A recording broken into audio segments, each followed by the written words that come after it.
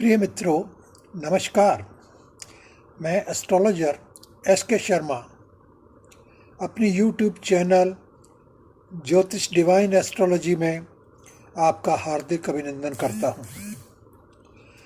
मेरी पिछली पोस्ट रोग और समाधान का पार्ट 1 आप देख चुके हैं, कुछ दिन पहले भेजा था। आशा है आपको पसंद आया होगा और उसमें जो कंटेंट्स दिए हैं उससे आपने लाभ भी उठाया होगा। आज की मैं अपनी पोस्ट में रोग और समाधान का पार्ट 2 प्रस्तुत करने जा रहा हूं। उम्मीद है आप इससे लाभ उठाएंगे और हमेशा की तरह एक आपसे निवेदन है, कृपया लाइक का बटन अवश्य दबाएं, पोस्ट को शेयर करें और कमेंट बॉक्स में अपने कमेंट भेजना ना भूलें। इन सब चीज़ों से हमारा प्रोत्साहन बढ़ता है और हम आपकी और बेटर सेवा करने के लिए प्रयत्न करते हैं। धन्यवाद। चलिए अब अपनी मुख्य धारा में आते हैं। पिछली पोस्ट में आप जान चुके हैं कि रोगों का ग्रहों से कैसे पता चलता है। आज मैं आपको बताना चाहता हूं कि ज्योतिष से रोगों का उपचार कैसे किया जा सकता है। हमारे आदि ग्रंथों में इसके लिए अनेक उपाय बताए गए हैं, जैसा कि महामृत्युंजय और रुद्र सूक्त का पाठ करना किसी भी समस्या के लिए, बीमारी के लिए बहुत ही कारगर सिद्ध होता है। इस पाठ को आप चाहे तो खुद कर सकते हैं। आप की स्वास्थ्य स्थिति आपको इसके लिए अलाउ नहीं करती तो आपका कोई निकट संबंधी भी इसे कर सकता है, और अगर वो भी नहीं कर सकता तो आप किसी भी ब्राह्मण से इसे करवा सकते हैं। दूसरा एक और साधन है कि दान के द्वारा भी रोगों का उपचार हमारे ग्रंथों में बहुत जगह बताया हुआ है और ये हमने ट्राई करके भी देखा है। इससे भी रोगों का निदान होता है। बड़ी से बड़ी बीमारी में, संकट में इससे राहत मिलती है।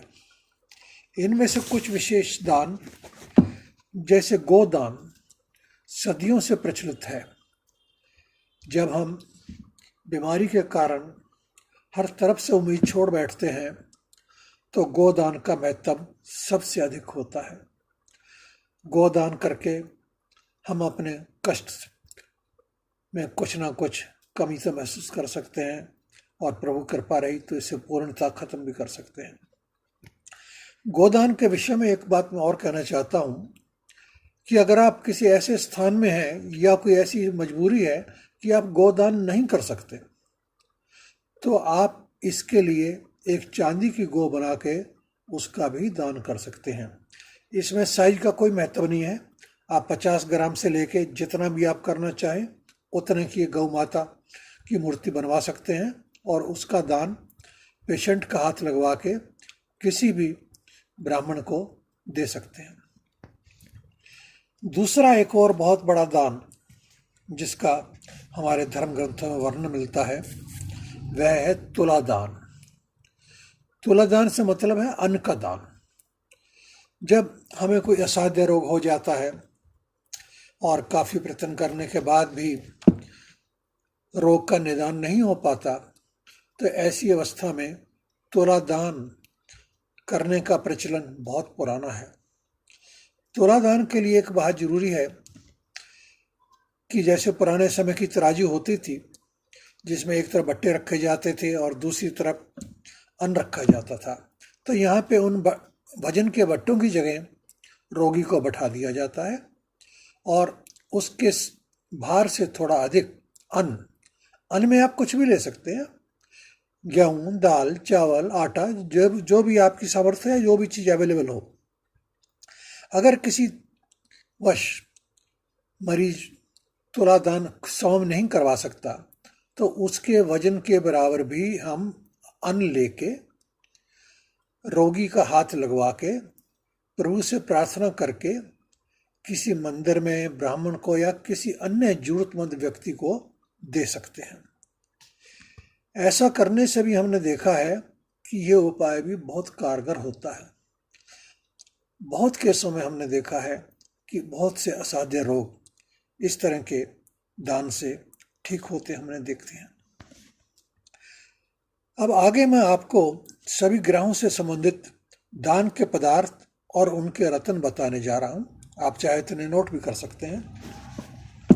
सर्वप्रथम सूर्य ग्रह के दान में गेहूं, गुड़, लाल फूल, लाल वस्त्र रविवार को रोगी के निमित्त, रोगी का हाथ लगवा के, उनका नाम लेके किसी को भी दान कर सकते हैं। किसी से मतलब जो जरूरतमंद हो, या मंदिर में हो, गरीब आदमी हो, या कोई ब्राह्मण हो। सूर्य महाराज का जो रत्न है उसे माणिक कहते हैं, और सूर्य की धातु सोना है। आप चाहें तो एक माणिक सोने में बनवा के पहन सकते हैं। अगर किसी कारण से सोने की सामर्थ्य नहीं है तो चांदी एक ऐसी धातु है कि चांदी में कोई भी नग, नगीना, पत्थर पहना जा सकता है, चाहे वो किसी भी ग्रह से संबंधित हो। नंबर 2, अब हम चंद्रमा की दान कर रहे हैं चंद्रमा की बात कर रहे हैं। चंद्रमा के दान में चावल, दूध, दही, चांदी, सफेद वस्त्र आते हैं, और चंद्रमा का रत्न मोती है। मोती को भी चांदी में पहना जाता है। नंबर 3, मंगल ग्रह के दान में गेहूं, गुड़, तांबे से बना कोई बर्तन, मसूर की दाल, लाल वस्त्र, लाल फूल आदि का प्रयोग कर सकते हैं। इन चीज़ों का दान किसी भी जरूरतमंद व्यक्ति को कर सकते हैं, मंदिर में दे सकते हैं, पंडित जी को दे सकते हैं। अगला ग्रह है बुध ग्रह, जिसकी बात हम करने जा रहे हैं।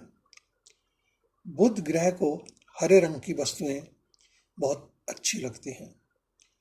हरे रंग की वस्तुओं का दान देकर हम बुध महाराज की प्रसन्नता को प्राप्त कर सकते हैं।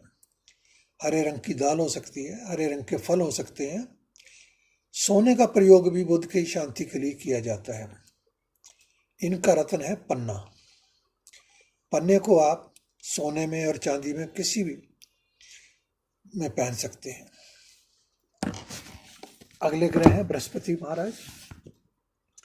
बृहस्पति ग्रह की शांति के लिए आप पीली वस्तुओं का दान कर सकते हैं, जैसे कि केला, चने की दाल, शक्कर आदि आदि। बृहस्पति की धातु भी सोना है। सोने में बनी अंगूठी आप पहन सकते हैं। इनका जो रत्न है वह है पुखराज।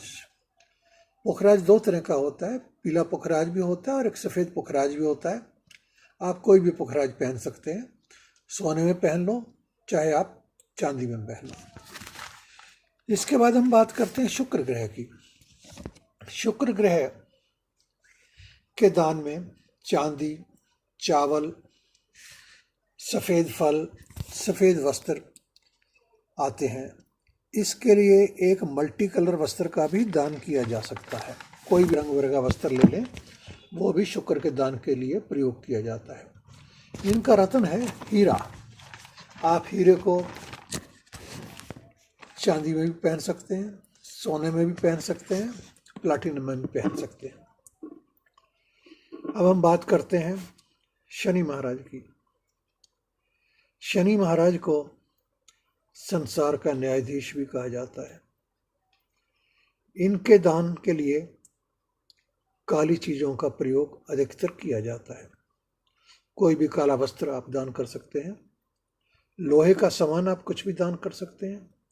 सरसों का तेल, काली उड़द की दाल आदि का प्रयोग कर सकते हैं। इनका रत्न नीलम है। नीलम आप चांदी में पहन सकते हैं और सोने में भी पहन सकते हैं। कुछ लोग बोलते हैं इसे सोने में नहीं पहन सकते, लेकिन मेरा अपना एक्सपीरियंस बताता है कि इस रत्न को सोने में भी पहना जा सकता है। अब बात करते हैं हम राहु की। राहु के लिए हमें लोहे से बनी चीजों का दान करना होता है। नीला वस्त्र ले सकते हैं, रांगा धातु ले सकते हैं, सप्तधान का प्रयोग भी कर सकते हैं। राहु जी का रत्न जो है गोमेद है। गोमेद को आप चांदी में धारण कर सकते हैं। अब हम बात करते हैं केतु महाराज की। केतु के दान के लिए तिल आप ले सकते हैं, नारियल, सप्तधान का प्रयोग भी किया जा सकता है। काला या भूरा कंबल, शॉल, ऊनी सामान भी इनके लिए प्रयोग किया जाता है। इनका रत्न है लहसुनिया। इसे भी आप चांदी में धारण कर सकते हैं। राहु और केतु इन दोनों का दिन शनिवार ही माना जाता है, तो इनका दान या उपाय आप शनिवार वाले दिन ही करें। एक और इम्पॉर्टेंट बात जो आपको नोट करनी चाहिए कि जितने भी स्टोन्स की बात की गई है, इनका वजन कितना हो। इसके बारे में एक बड़ा सीधा सा सिद्धांत है कि जितना भी आपका वजन है उसका सवाया कर लें। मान लीजिए आपका वेट 60 kg है, तो रत्न का वजन 6.25 रत्ती होगा। मैं फिर बोलता हूँ, मान लो कि आपका वजन 60 kg है, तो रत्न का वजन 6.25 रत्ती होगा। जितना भी वजन है उसका आप सवाया कर दो। अगर 70 है तो 7.25 रत्ती कर दो, अगर 40 है तो 4.25 रत्ती कर दो। ग्रह शांति के लिए व्रत का विधान भी बहुत पुराना है, जो कि हर समस्या का समाधान करने की क्षमता रखता है। व्रत एक बहुत ही महत्वपूर्ण उपाय है जो कई तरह की समस्याओं के लिए प्रयोग किया जा सकता है। अगर हम किसी बीमारी से ग्रस्त हैं तो उसके लिए तो हम व्रत करते ही करते हैं। और भी अनेक कारण हैं जो मैं अपनी किसी अगली पोस्ट में आपको बताऊंगा, जिनके लिए व्रत किया जा सकता है। दोस्तों, चलते चलते आज का टिप एक आपको बताता हूं। अगर आपका केतु ग्रह खराब चल रहा है तो किसी भी गरीब व्यक्ति को प्याज का दान करने से आपको अवश्य लाभ मिलेगा। ये बात आजमाई हुई है, कर लीजिए। दोस्तों, अंत में हमेशा की तरह एक और निवेदन है कि इस पोस्ट को लाइक करें, शेयर करें और अपने कमेंट भी कमेंट बॉक्स में देना ना भूलें। धन्यवाद मित्रों। सदैव प्रसन्न रहो, व्यस्त रहो और मस्त रहो। यही हमारी आपके लिए कामना है। धन्यवाद।